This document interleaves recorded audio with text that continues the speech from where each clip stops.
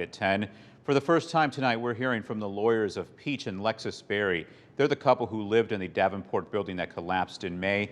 Peach had her leg amputated inside the building as she was rescued. News 8's Joe McCoy live for us tonight in downtown. Joe, how is Peach doing, and what have you learned about the case today? John, we got our first look at how Peach is doing in recovery. An emotional moment today as her legal team showed us an image of the 25-year-old learning how to walk again with only one leg. She can't brush her teeth like she normally would. She can't take a shower. She can't go to the bathroom. The life Peach and Lexus Berry once lived was lost amongst the rubble when the Davenport building collapsed.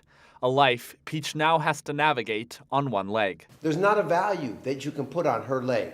Peach and Lexus's lawyer, Andrew Stroth. She lost her leg from just 6 inches approximately below her waist. She was trapped in that building for 7.5 hours thinking she was gonna die. The couple now lives in Chicago and joined the press conference via Zoom. Peach will have a prosthetic left leg from the hip down for the rest of her life. Peach said they may have taken her leg, but they didn't take her life. Peach has dreams of being a professional. She's an artist. We are prepared to come to the table to do a mediation or settlement with the city and all of the defendants. However, if they don't come to the table, we will ask a jury for $50 million for the damages to Peach and to Lexus. Their other lawyer, Stephen Hart, feels the city rushed to demolish the building after it collapsed. The city knew full well that this was a dangerous structure and no one should be living there.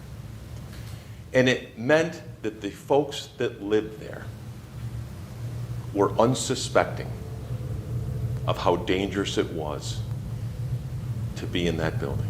Peach says physically she's doing better than expected, but she still has a long road ahead. In terms of the other 6 lawsuits, those have all been consolidated into one class action lawsuit. That's for the tenants of the building that are seeking compensation for the personal belongings they lost when the building collapsed. And Peach and Lexus's legal team says they have had no direct contact with the building's owner, Andrew Wold. Reporting live in Davenport, Joe McCoy, WQAD News 8. Joe, thank you. For our complete coverage of the building collapse, just text the word collapse to the number on your screen, and we'll get that information right to you.